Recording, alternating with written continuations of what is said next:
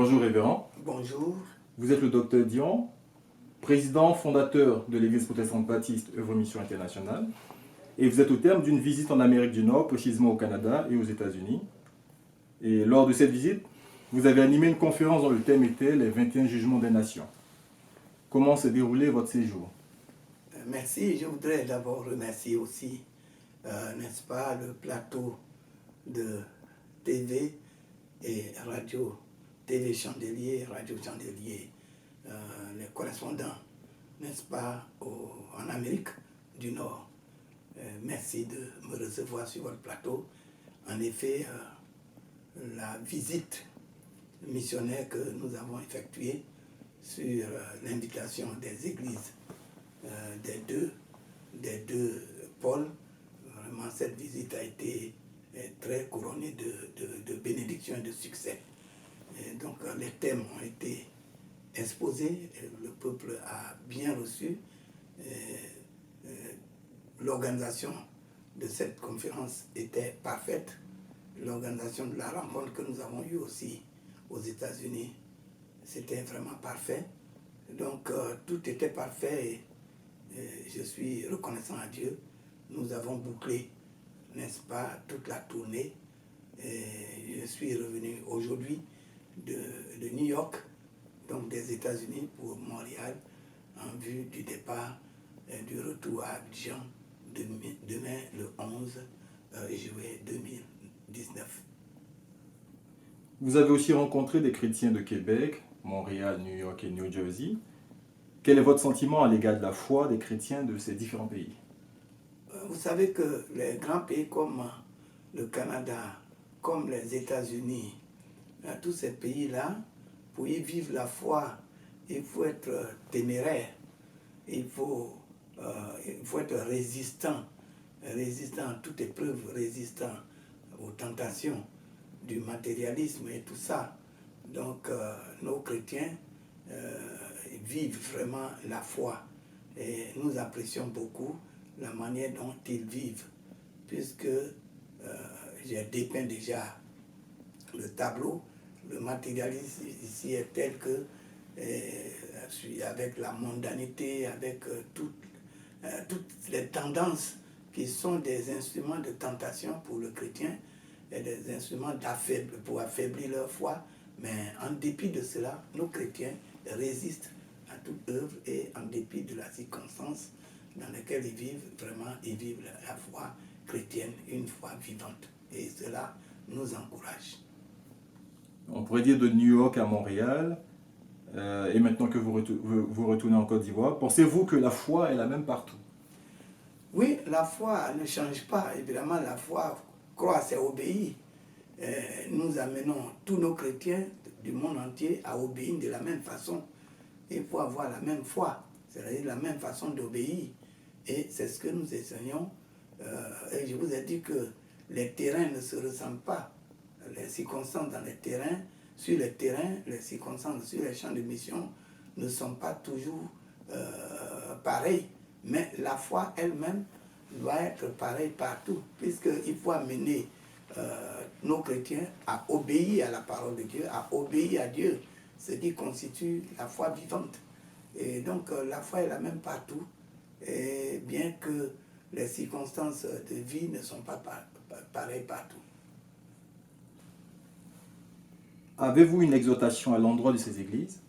Oui, en effet, vous savez que, comme je viens de le dire, les grands pays, les pays dits développés, comme l'Europe, comme l'Amérique, le Canada, ces pays-là ressemblent fortement à Rome au temps de l'apôtre Paul, au point que Paul, en voyant toutes les difficultés auxquelles les chrétiens sont confrontés, Paul les a exhortés dans Romains chapitre 12, verset 1 à 2, il a dit je vous en supplie, frères, à offrir vos corps comme un sacrifice vivant, et ne vous conformez pas au siècle présent, mais soyez transformés par le renouvellement de l'intelligence, pour que vous puissiez savoir quelle est la volonté de Dieu, ce qui est bon, agréable et parfait, et que vous puissiez avoir un culte raisonnable. Donc c'est les mêmes exhortations que nous adressons à nos chrétiens de ces pays-là, de ce continent, hein, n'est-ce pas, un continent très opulent, mais un continent bon, où il y a toutes sortes de facilités, et facilités de péché même aussi. Donc nous les exhortons, n'est-ce pas, à ne pas se conformer selon le siècle présent. L'exhortation que je porte, c'est ce que Paul a porté aux chrétiens de Rome, Rome qui était puissance du monde à cette époque, ce que vivent aujourd'hui les chrétiens dans ces grands pays, c'est exactement comme les chrétiens vivaient à Rome à cette époque-là. Et l'exhortation que le Saint-Esprit à travers Paul a donnée, cette exhortation est valable pour nos chrétiens qui vivent dans ces pays.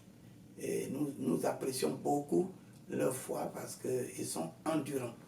Bon, je ne dis pas qu'en Afrique ou sur d'autres continents, il n'y a pas les mêmes problèmes, mais nous voyons quand même ici beaucoup plus de difficultés à vivre sa foi que par exemple en Afrique.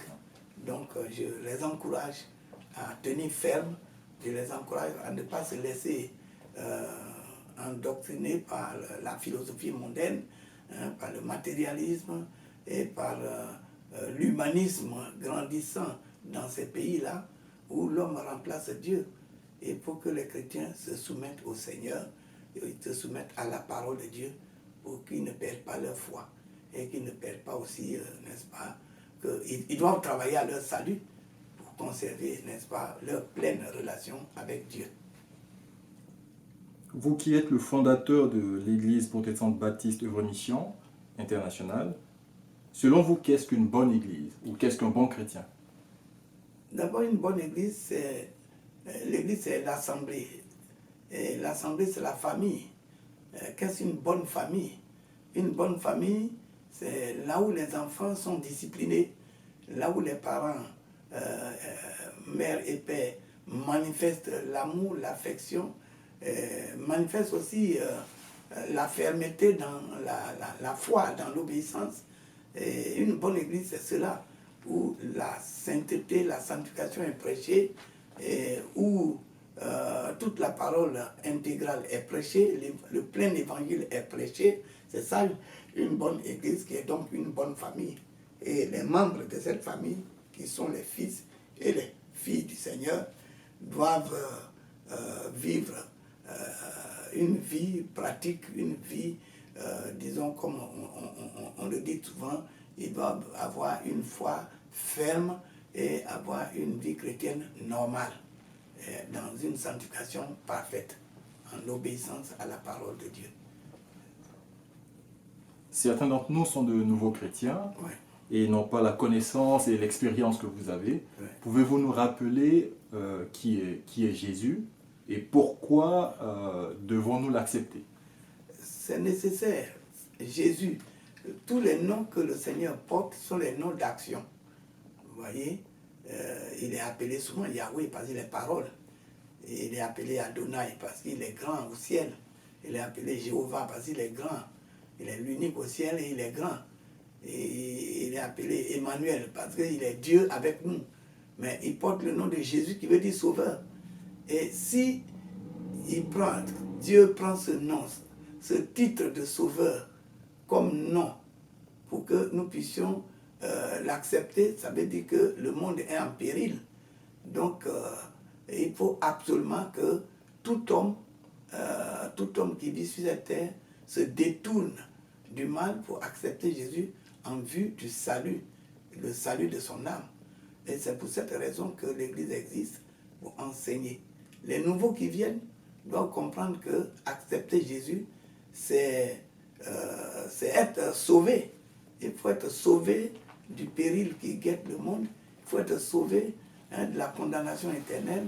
Il est écrit, celui qui a le Christ a la vie, celui qui n'a pas le Christ ne verra point la vie, mais la colère de Dieu demeure sur lui. Donc il faut fuir la colère de Dieu en se réfugiant en Christ. Voilà pourquoi il faut enseigner la parole de Dieu et que chacun puisse accepter, c'est-à-dire se soumettre à Christ. Croire en Christ, c'est se soumettre à Christ, à sa parole, accepter sa parole. Et tous les nouveaux chrétiens, tous ceux qui viennent à l'église pour se réfugier dans le Seigneur ont besoin de ce salut-là. Mais pour que ce salut-là soit complet, ça veut dire qu'ils doivent obéir à la parole. Dieu est dans sa parole, et lorsqu'on obéit à la parole de Dieu, alors on reçoit le Seigneur. Il faut donc que chacun reçoive Jésus-Christ comme sauveur personnel. Également, vous avez animé une conférence à Montréal sur les 21 jugements des nations. Quel est votre bilan de votre présence de cette conférence? D'abord, je l'ai dit tantôt, le bilan était positif dans la mesure où les témoignages qui se dégagent après cette conférence sont des témoignages édifiants. Les chrétiens ont été édifiés. Mais je crois que je voudrais que Radio Chandelier ou la télévision Chandelier tendent de micro, n'est-ce pas, aux participants pour que nous puissions juger vraiment la parfaite compréhension des thèmes qui ont été donnés. Mais pour moi, en tout cas, je crois que les chrétiens et les participants à cette conférence ont été véritablement instruits, et je crois qu'ils ont le témoignage que ça a été une réussite parfaite, surtout dans le domaine de leur édification personnelle. Cette conférence qui s'est tenue du 28 au 30 juin 2019, pratiquement sur 2 jours, Ouais. on peut dire, 2 jours pleins, avez-vous le sentiment d'avoir été exhaustif? Avez-vous livré tout le message dont avez-vous pu livrer tout le message dont vous êtes porteur? Oui, vous savez, c'est des grands thèmes. C'est des grands thèmes, et le temps n'était pas suffisant. Mais 2 jours, ça ne suffit pas pour développer un thème sur les 21 jugements. Mais nous avons quand même fait l'essentiel. Les 21 jugements constituent 3 blocs de jugements. Il y a d'abord les sceaux, il y a les trompettes, les 7 sceaux, les 7 trompettes et les 7 coupes.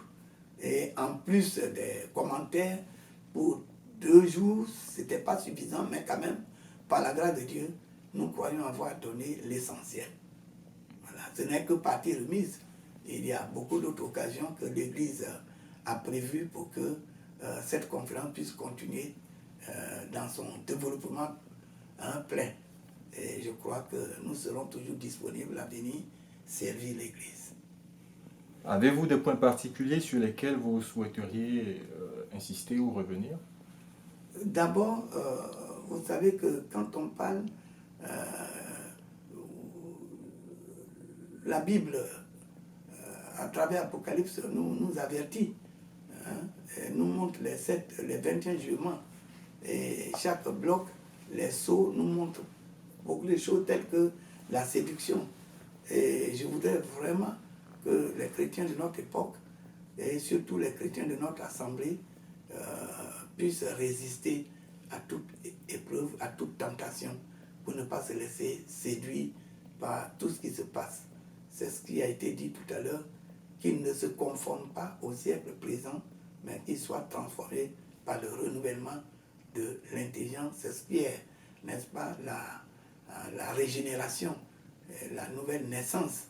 Il faut que nos chrétiens soient restaurés, et c'est ce que nous enseignons, et que nos chrétiens soient reformés, régénérés. Donc c'est sur ces points-là que nous mettons un accent particulier.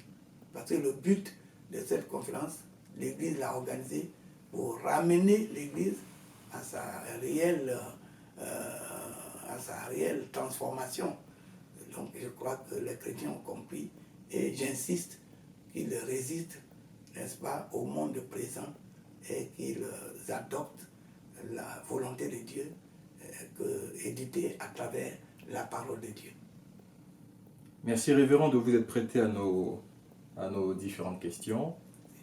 Je vous remercie pour votre séjour, pour votre présence lors de cette conférence. Et je voudrais vous souhaiter bon retour en Côte d'Ivoire. Merci. Avez-vous un mot de fin? Oui, nous sommes venus, nous avons enseigné selon la demande de l'Église.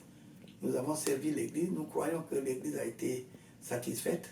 La famille ici a été satisfaite avec tous toutes les délégations qui sont venues et nous voulons leur donner encore rendez-vous pour une autre occasion parce que l'Église a prévu toujours de ces rencontres-là pour pouvoir s'édifier, se former. Et nous sommes à votre disposition. Autant que vous aurez besoin de nous, nous allons venir. Et ce qui est important, c'est de faire des disciples. C'est ce que nous avons essayé de faire. Et je crois que nous laissons l'Église dans une discipline parfaite de Christ. Et nous croyons qu'en revenant, l'Église va augmenter en nombre. Parce que ceux qui étaient là ont été bien formés et ils sont capables eux-mêmes d'inviter d'autres à la connaissance de Christ. Merci révérend docteur, c'était Jean Kouakou et Sylvain pour TV et Radio Chandelier. Merci à vous aussi, que Dieu vous bénisse.